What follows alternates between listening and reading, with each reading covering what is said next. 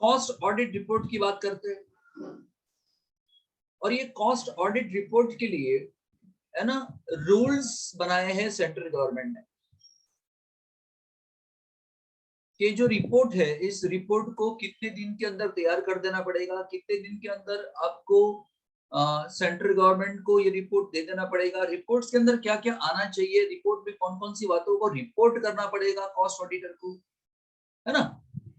So cost audit report for which rules are made by the central government as per cost audit report rule 2014.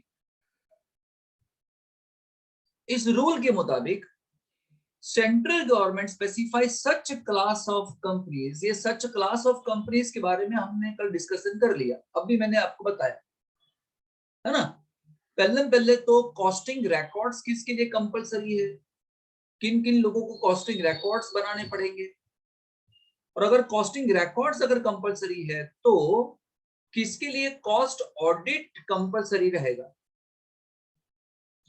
फिर वहां हमने बताया था कि regulated क्या है, रेगुलेटेड कंपनीज कौन कौन सी है, नॉन रेगुलेटेड कंपनीज कौन कौन सी है, इनके टर्नओवर के बारे में हमने लास्ट लेक्चर में बात किया कि टर्नओवर कितना होना चाहिए, इंडिविजुअल एंड एग्रीगेट अभी अभी मैंने आपको बताया। तो इन क्लास ऑफ कंपनीज के लिए कॉस्ट ऑडिट रिपोर्ट कंपलसरी होता है। तो यहां पे लिखा है central government specified such class of companies, regulated को शेड्यूल ए में बताया गया है, नॉन रेगुलेटेड को शेड्यूल बी में बताया गया है। और इस रूल्स के बारे में क्या बताया, क्या बताया, पहला rule, first rule 180 days APPT यानी appointment, commencement of financial year का मतलब क्या, इसका मतलब ये कि आपको जो कॉस्ट ऑडिटर अपॉइंट करना है उस कॉस्ट ऑडिटर को फाइनेंशियल ईयर कमेंस्ड हो वहां से 180 डेज के अंदर अंदर आप अपॉइंट कर देंगे। हेलो, फाइनेंशियल ईयर स्टार्ट हुआ वहां से 180 डेज इनफ टाइम ना, 6 महीने आपको दे दिए गवर्नमेंट ने अपॉइंट करने के लिए, है ना। कौन से रूल्स एंड रेगुलेशन, कौन सा प्रोविजन फॉलो करना चाहते हो, कौन सी मीटिंग बुलाना चाहते हो, वो सब हो जाएगा। 180 days is enough. Commencement of financial year के 180 डेज के अंदर अंदर, है ना, कॉस्ट ऑडिटर का अपॉइंटमेंट हो जाना चाहिए, पहली बात। दूसरी बात, जैसे ही अपॉइंटमेंट हो जाता है उसके 30 दिन के अंदर अंदर जिसका अपॉइंटमेंट किया हो यानी कॉस्ट ऑडिटर,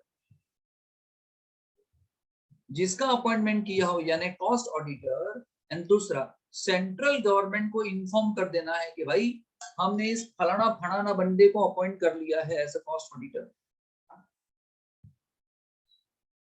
जिसको अपॉइंट किया उसको तो बताओ कि तेरा अपॉइंटमेंट हो चुका है। हेलो,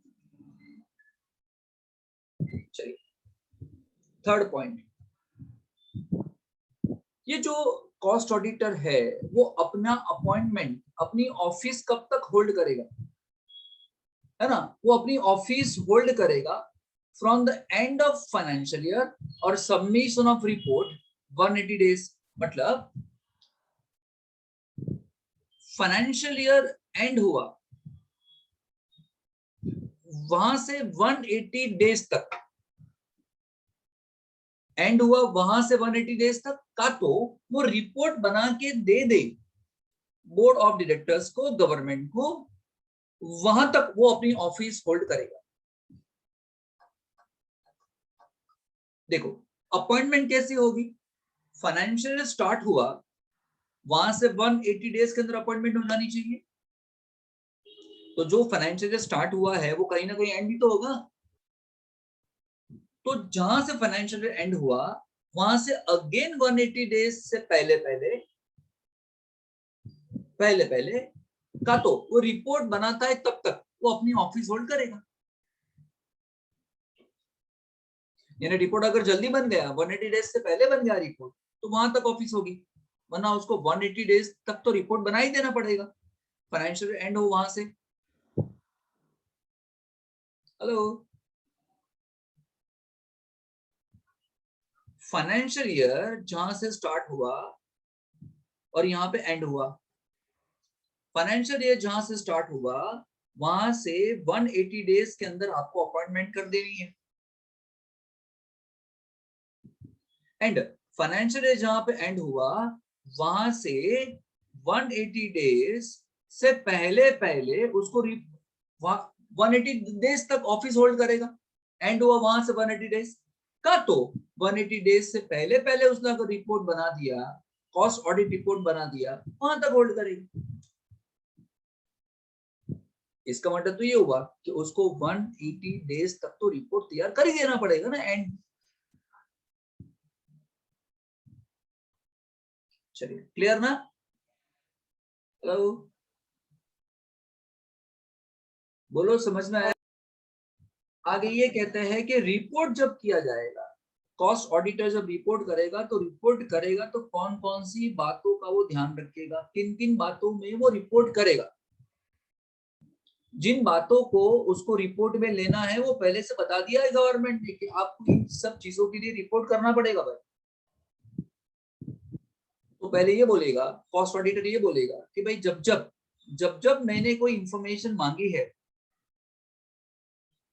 जब जब जो इंफॉर्मेशन मैंने मांगी, जब जब जो एक्सप्लेनेशन मैंने मांगा, वो मुझे तब तब इंफॉर्मेशन एक्सप्लेनेशन मिल चुकी है, किसी ने मुझे तड़पाया नहीं है इंफॉर्मेशन के लिए, एक्सप्लेनेशन के लिए, वो रिपोर्ट करेगा। दूसरी बात, कॉस्ट रिकॉर्ड जो मेंटेन किए हैं इस कंपनी ने, जो रेगुलेटेड है या नॉन रेगुलेटेड है, जो कॉस्ट रिकॉर्ड्स मेंटेन किए हैं वो एज पर सेक्शन 148 मेंटेन किए हैं। यानी जो कॉस्ट रिकॉर्ड्स को मेंटेन करने के लिए जो जरूरी है, बुक्स ऑफ अकाउंट्स, बुक्स, वो सब मेंटेन किए इन लोगों ने। Cost records maintain as per section 148। Third, return from branches, company है, कंपनी की ब्रांचेस भी है, और उस ब्रांचेस पे कंपनी के ऑडिटर ने, यानी जो कॉस्ट ऑडिटर था, कंपनी का कॉस्ट ऑडिटर था, वहां पे विजिट नहीं कर रहा था उस ब्रांचेस पे। तो जहां पे मैंने विजिट नहीं की है वहां से मुझे रेगुलरली रिटर्न्स मिलते रहे हैं, मुझे वहां की भी इंफॉर्मेशन मुझे मिलती रही है। तो मैं ये बोलना चाहता हूँ कि मुझे रिटर्न्स वहां से मिल चुके हैं जिस ब्रांचेस को मैंने विजिट नहीं किया, ये बोलेगा। इंटरनल ऑडिट भी करवा रहे हैं कंपनी, कंपनी में इंटरनल डिपार्टमेंट है, इंटरनल ऑडिट डिपार्टमेंट है जो इंटरनल ऑडिट का भी काम करती है। तो कंपनी में ये इंटरनल ऑडिट भी हो रहा है, कॉस्ट ऑडिट का। And fifth, true and fair, यानी जो भी कॉस्ट रिकॉर्ड्स इन लोगों ने बनाए हैं वो ट्रू एंड फेयर है। जो भी कॉस्ट ऑफ प्रोडक्शन इन लोगों ने दिखाया है, जो भी इन्होंने कैलकुलेट किया है कॉस्ट ऑफ प्रोडक्शन के अंदर, जिन जिन कॉस्ट को लिया गया है, जिन जिन को लेना चाहिए था, जिन जिन को नहीं लेना चाहिए था, उन सबको इन लोगों ने ट्रू एंड फेयर तरीके से दिखाया है। डन?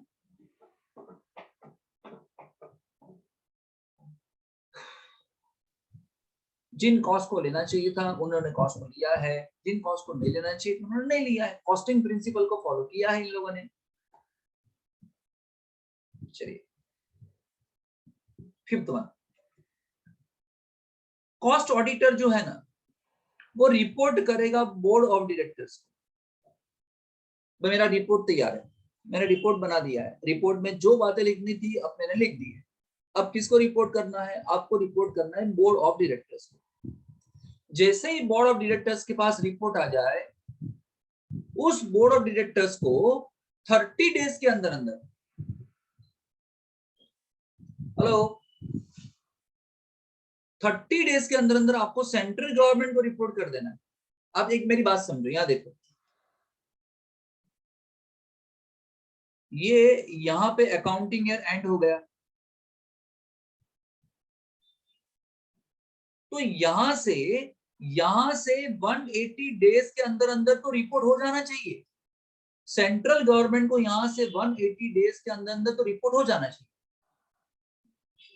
अब हुआ ये कि कॉस्ट ऑडिटर ने जैसे एंड हुआ, तो यहाँ पे कॉस्ट ऑडिटर ने बीओडी को रिपोर्ट कर दिया।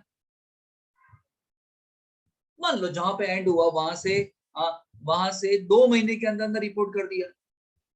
जैसे ही आप बोर्ड ऑफ डायरेक्टर्स को रिपोर्ट करते हो तो बोर्ड ऑफ डायरेक्टर्स क्या करेंगे, यहां से 60 डेज के अंदर अंदर रिपोर्ट कर देंगे सेंट्रल गवर्नमेंट। समझ रहे हो? 180 डेज किसके लिए, 60 डेज के लिए, किसके लिए? फिर से एक बार बोलता हूं, अकाउंटिंग ईयर एंड होता है, फाइनेंशियल ईयर एंड होता है, वहां से 180 डेज के अंदर अंदर सेंट्रल गवर्नमेंट को रिपोर्ट हो जाना चाहिए। This is the maximum time. Okay sir. फिर ऐसा बोलते हैं, मान लो अगर कॉस्ट ऑडिटर ने इससे पहले रिपोर्ट कर दिया तो मैनेजमेंट को जिस दिन रिपोर्ट मिल जाए, मैनेजमेंट को वहां से 30 डेज के अंदर रिपोर्ट कर देना पड़ेगा central government. Clear?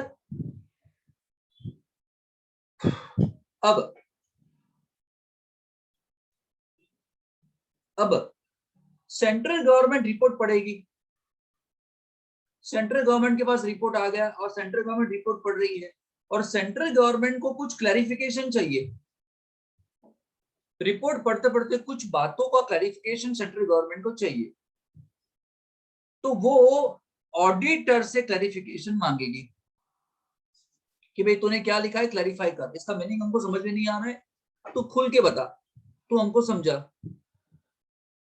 And cost auditor जो होगा उसका आंसर देगा किसको, central government. Done. And last में 6th point, reasons for qualified report. Report है ना, रिपोर्ट 2 प्रकार के बनते हैं, एक तो qualified report and unqualified report. Qualified report का मतलब क्या, not a clean report, clean report नहीं है, अच्छा रिपोर्ट नहीं है। क्वालिफाइड रिपोर्ट का मतलब क्या, एक ऐसा रिपोर्ट जो कॉस्ट ऑडिटर ने बनाया है वो क्लीन रिपोर्ट नहीं दिया गया, it's not a good report, qualification है। तो फिर इसको बताने पड़ेंगे कि आप ऐसा रिपोर्ट क्यों बना रहे हो, उसका रीजन क्या, आपने क्वालिफिकेशन है ना, आपने ये एडवर्स बातें क्यों लिखी है रिपोर्ट में, तो वो रीजंस भी बताएगा कॉस्ट ऑडिटर। बोलिए, समझ में आया आप सब?